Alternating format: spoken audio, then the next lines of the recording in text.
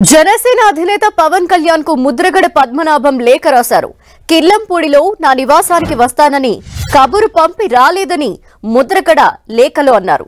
మీ నిర్ణయాలు మీ చేతుల్లో ఉండవు, ఎంతో మంది దగ్గర పర్మిషన్ తీసుకుని రావాలి.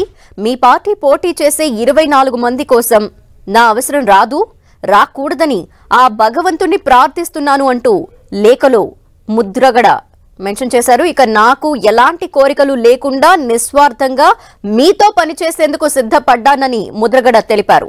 రాష్ట్ర ప్రయోజనాల కోసం నా గతం, నా అవమానాలు, నా బాధలు, ఆశయాలు, కోరికలు అన్నీ మరిచి మీతో పనిచేసేందుకు సిద్ధమయ్యాను అని ముద్రగడ లేఖలో ప్రస్తావించారు.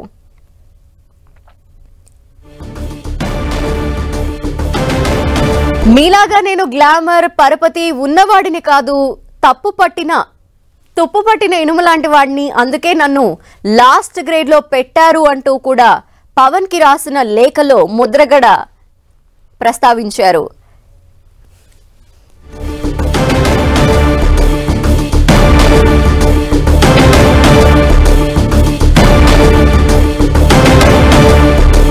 మరిన్ని డీటెయిల్స్ మా ప్రతినిధి సతీష్ అందిస్తారు. సతీష్.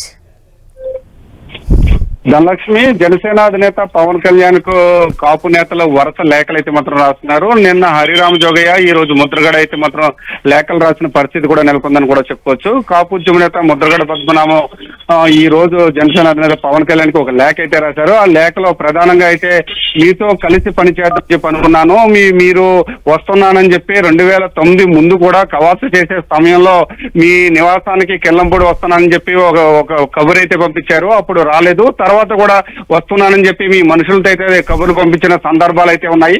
అయోధ్యకి వెళ్ళిన తర్వాత వస్తానని ఒకసారి, మరోసారి వస్తానని చెప్పి మీ మనుషులతో అయితే కబురు పంపారు, కానీ రాలేదు.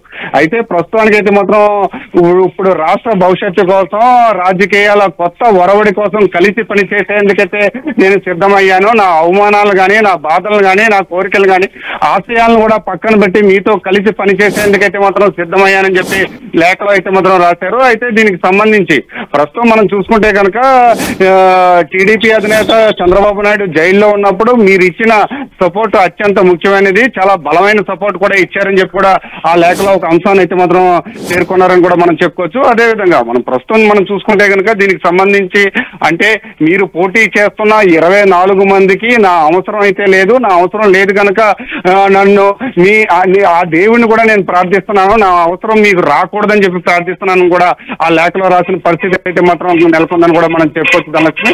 అదేవిధంగా ప్రస్తుతం మనం చూసుకుంటే కనుక మీకులాగా గ్లామర్ ఉన్న వ్యక్తిని కాదు, మీకులాగా పరపతి ఉన్న వ్యక్తిని కాదు, నేను కేవలం ఒక తుప్పు పెట్టిన ఇనుము లాంటి వ్యక్తిని, అందువల్లే నన్ను లాస్ట్ గ్రేడ్ లో కూడా పెట్టారు. దీనికి సంబంధించి అని చెప్పి అంటే వస్తానని చెప్పి ఇంటికి ఏ రోజు కూడా కబురు పంపడం తప్ప నా నివాసానికి అయితే మాత్రం రాలేదని చెప్పి ఆ లేఖలో పేర్కొన్నారు. చివరికి అయితే మనం చూసుకుంటే కనుక అంటే ఇప్పుడు ప్రస్తుతానికి నా అవసరం మీకు లేదు, అందుకోసమే నన్ను దూరం పెట్టారని చెప్పి ఒక చెప్పకనే చెప్పినట్లు కూడా తెలుస్తుంది ధనలక్ష్మి. ఏదేమైనప్పటికీ కూడా ఇప్పుడు ప్రస్తుతం మనం చూసుకుంటే కనుక జనసేన అధినేత పవన్ కళ్యాణ్ కి సంబంధించి నిన్న హరిరామ జోగయ్య ఒక లేఖ రాయడం కానీ, లేకపోతే నిన్న తాడేపల్లిగూడెంలో ఎజెండా సభలో పవన్ కళ్యాణ్ మాట్లాడిన మాటలకు ఒక కౌంటర్ గా కూడా ఈ రోజు ముద్రగడ పద్మనాభం అయితే మాత్రం ఒక లేఖ రాసిన పరిస్థితి అయితే నెలకొందని కూడా మనం చెప్పుకోవచ్చు ధనలక్ష్మి. అయితే సతీష్, కొద్ది రోజుల క్రితం ముద్రగడ పద్మనాభం నివాసానికి చాలా మంది నేతలు వెళ్లారు, అందులో వైసీపీ నేతలు కూడా ఉన్నారు. ఇప్పుడు బహిరంగంగా లేఖ ద్వారానే అసంతృప్తి వ్యక్తం చేస్తున్నారు పవన్ కళ్యాణ్ మీద. ఈ నేపథ్యంలో వైసీపీ నేతల్ని ఏమన్నా కలిసే అవకాశాలు ఉన్నాయనుకోవాలా? ఖచ్చితంగా ధనలక్ష్మి. అయితే ముద్రగడ రాజకీయ రీఎంట్రీ అనేది ఒక ఆసక్తిగా కూడా కొనసాగిందని చెప్పుకోవచ్చు. ఎందుకంటే మొదట వైసీపీ నేతలతో ముద్రగడ టచ్ లోకి వెళ్ళినట్టు కొన్ని వార్తలు వచ్చినాయి. అనంతరం జనసేన నేత బోలిశెట్టి శ్రీనివాస్ కూడా, తాడేపల్లిగూడానికి సంబంధించిన బోలిశెట్టి శ్రీనివాస్ కూడా ముద్రగడ ఇంటికి పలు మార్లు వెళ్లడం జనసేన దాదాపుగా ఖరారైనట్లయితే మాత్రం తెలుస్తుంది. మనం చూసుకుంటే కనుక జనసేన అధినేత పవన్ కళ్యాణ్ ముద్రగడ నివాసానికి మరో 2 రోజుల్లో వెళ్తారని చెప్పి వార్తలు కూడా వచ్చాయి. దానికి సంబంధించి పూర్తి స్థాయిలో ఇటు బోలిశెట్టి శ్రీనివాస్ కావచ్చు, లేకపోతే ముద్రగడ పద్మనాభం కావచ్చు, జనసేన అధినేత పవన్ కళ్యాణ్ మధ్య రాయబారాన్ని అయితే మాత్రం నడిపిన సందర్భం కూడా ఉంది. అయితే జనసేనలో కూడా ముద్రగడ పద్మనాభం జాయిన్ అయ్యే ఆసక్తి కూడా నెలకొంది. ఇదే నేపథ్యంలో కొంత గ్యాప్ రావడంతో ఈ లేఖ రాశారు. ఈ లేఖ ఆధారంగా చూసుకుంటే కనుక తిరిగి ముద్రగడ పద్మనాభం వైసీపీ నేతలతో కూడా టచ్ లోకి వెళ్తున్నట్లయితే మాత్రం కొన్ని వార్తలు కూడా వినిపిస్తున్నాయని కూడా చెప్పొచ్చు. ఏదేమైనప్పటికీ ముద్రగడ పద్మనాభం రాజకీయ ప్రయాణం ఎటు ఉంటుందో అనేది మాత్రం ఆసక్తిగా మారిందని చెప్పుకోవచ్చు. ఇటు జనసేన పార్టీలకు ఇప్పటి వరకు వెళ్తారని వార్తలకి పవన్ కళ్యాణ్ కలవకపోవడంతో కొంత గ్యాప్ అయితే వచ్చింది. ఈ గ్యాప్ అనంతరం కూడా వైసీపీ నేతలను కూడా కలిసే అవకాశం కూడా ఉందని కూడా మనం చెప్పుకోవచ్చు ధనలక్ష్మి.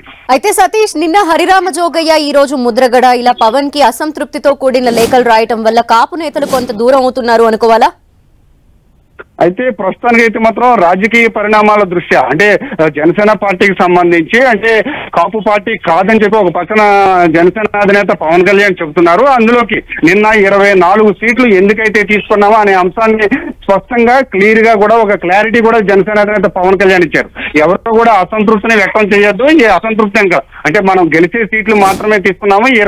ఈ 24 సీట్లు తీసుకోవడంలో ఒక ఆంతర్యం కూడా ఉంది. దానికి సంబంధించి పూర్తిగా కూడా నిన్న పవన్ కళ్యాణ్ ఒక క్లారిటీ ఇవ్వడంతో ఇటు కాపు నేతలందరూ కూడా అయితే తమ అసంతృప్తిని తెలియజేస్తున్న పరిస్థితి కూడా చెప్పుకోవచ్చు. ఎందుకంటే నిన్న హరిరామ జోగయ్య రాయడం కానీ లేకపోతే ఈ రోజు కాపు ఉద్యమ నేత ముద్రగడ పద్మనాభం ఒక లేఖ రాయడం కానీ దీన్ని వాళ్ళ అసంతృప్తిని బహిరంగంగానే వ్యక్తపరుస్తున్నారు. ఏదేమైనప్పటికీ అంటే కాపులైతే మాత్రం ఖచ్చితంగా జనసేన అధినేత పవన్ కళ్యాణ్ తోటి వెళ్లే అవకాశం ఉంది. అయితే ఈ కాపు ఉద్యమ నేతలు కావచ్చు లేకపోతే కాపు నేతలు కావచ్చు ఈ లేఖలో అసంతృప్తితో కొంత క్యాడర్ దూరం అయినప్పటికీ కూడా పవన్ కళ్యాణ్ అయితే మాత్రం కాపులకు సంబంధించి ఒక క్లారిటీగా క్లియర్ గా కూడా ప్రస్తుత రాజకీయ పరిస్థితులపై ఒక అవగాహనతో మాట్లాడుతున్న నేపథ్యంలో మాత్రం జనసేనతో కూడా ఉండే అవకాశం కూడా ఉందని కూడా మనం చెప్పుకోవచ్చు ధనలక్ష్మి. Thank you Satish.